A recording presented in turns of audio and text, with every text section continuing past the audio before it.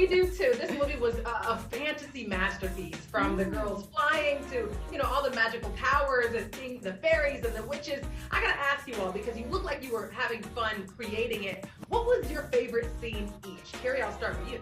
Oh gosh. Well, I love the scene where we are kind of laying down the rules of the school, because part of my desire to do this film was to work with Charlize and to be able to be on stage together and really kind of give each other freedom to play. Sort of the more saccharine sweet I would get, the more annoyed she would be, the meaner she was, the sweeter I would be, and we just sort of really played off of each other. It was so inspiring. So that was really fun. And then by the lake, I think there were so many effects in that great scene by the lake with the girls and it's just, there's so much going on. That was really fun.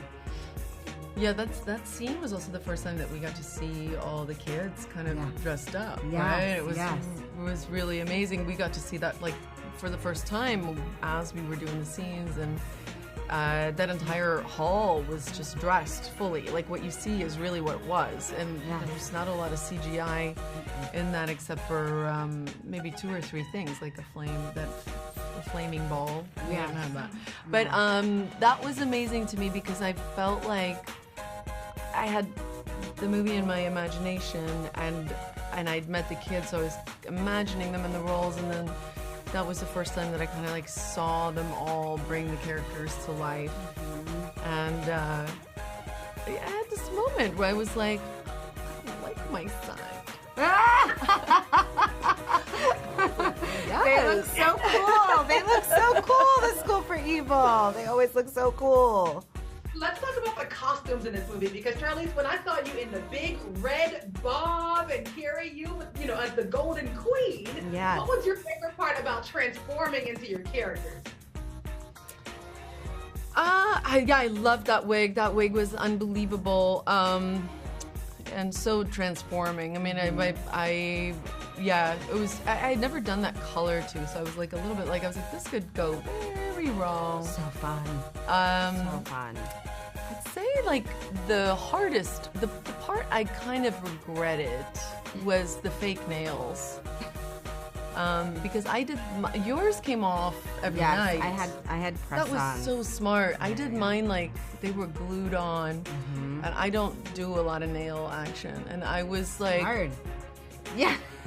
My phone was I couldn't call my kids. I was calling room service to come call my kids for me. It was messy, very messy, yeah. I had these, I'm gonna post about them. I had these incredible custom nails that Kim made to match every gown. They were spectacular. So we had them as press-ons for every change, which I started doing on Scandal, because I had these nails that I established on Scandal. When I started having babies, I was like, nobody can change a diaper with these nails. So I used to press them and take them on and off every day. But I love a corset. When I'm acting, I love a corset. There's something about, if the character requires it, there's something so great about what happens with my posture and my movement when I'm, strapped in like that. It's so fun. It's torture. You're strapped in. I love it. It's amazing. I'm sitting here going I can't think of anything worse. There you have it.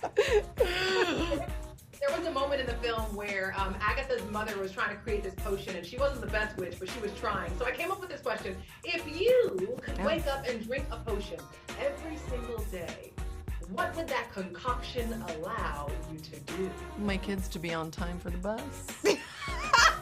It's the little things. Hands down. It's the little things. Hands down. Today, tomorrow, and next week. That's what I would want. Ooh. Okay. Your kids being on time, basically. Yes, because that's how I start my day every morning. I have a moment and I say, today's gonna be a great day and it's gonna be lovely. And then 10 minutes later, I'm like, get down! You're gonna miss the bus! And I'm in the car, chasing the bus, going, this is not how we start a day! It's terrible. If you all could choose, my final question for you. If you could choose, I want you guys to go back to your childhood really quickly and think about the fantasies and fairy tales that you had, right? That you enjoyed. If you could choose whether to be a hero or a villain in one of those childhood stories, which one would it be? Agatha told me, not Agatha, Sophie had told me she would be Ariel, the Little Mermaid. It's so hard. It's so hard. I mean, I was full on not getting you convinced that I was half mermaid when I was a kid.